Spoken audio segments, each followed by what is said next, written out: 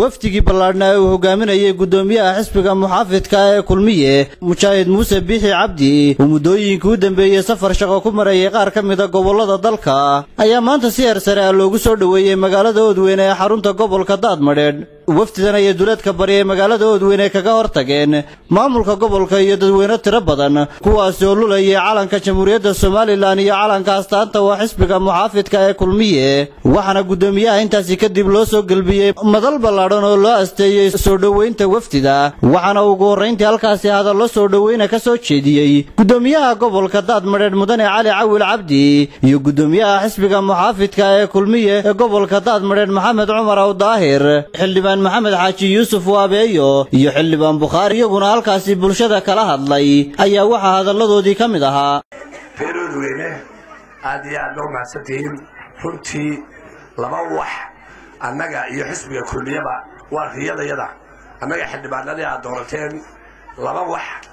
in Ilaahay gaarsiiyo annaga iyo inta kale xisbiga kulmiyaba waa dreamkayga ama waa riyadayada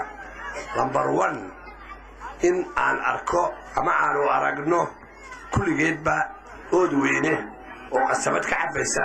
oo riig laga taagaa waa waxa aan ku fikirno talabaad waxa weeye Oodweyne inay soo wado waan filayay Oodweyne deynay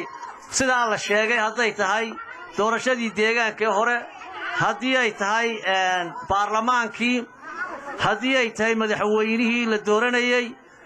Oodweyne waxaan u naqaanaa inay tahay kulmiye marka soo dhaweyntan waa la filayay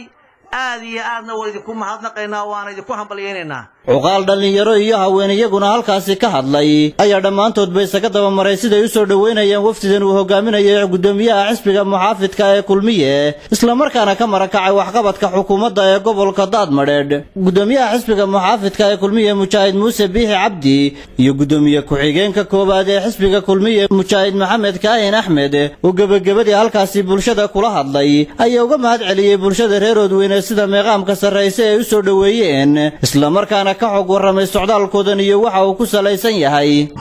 waxaan marka ugu horeysay idinka mahadnaqayaa sidii fiicneed ee quruxda badnayd ee kalgacalku ku jiray ee dadweynaha reer Oodweyne uu noo soo dhaweeyay marlabaadka xisbiga kulmiye mar walba gobolkan Daadmadheedh degmada Oodweyne markii ay ahayd waxa uu ka helay cod wanaagsan oo mudakara Oodweyne maantana maxaan ku dhahdayay magaalooyinka iyagu ka mid yahay deegaanada xisbiga kulmiye uu ka dhisan yahay buu ka mid yahay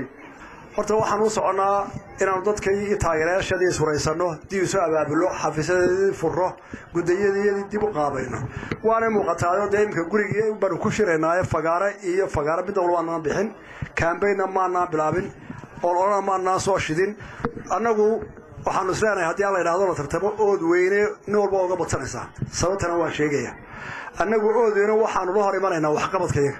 gudoomiyaha xisbiga muxaafidka ee kulmiye mujaahid muuse biixi cabdi oo ay socdaalkiisan ku weelinayeen gudoomiye ku-xigeenka koobaad iyo gudoomiye ku-xigeenka labaad iyo waliba xogayaha xildhibaano ka tirsan baarlamaanka ayaa waxay gabagabadii soo kormeereen dhismaha xabsiga magaalada Oodweyne oo haatan dhismihiisu socdo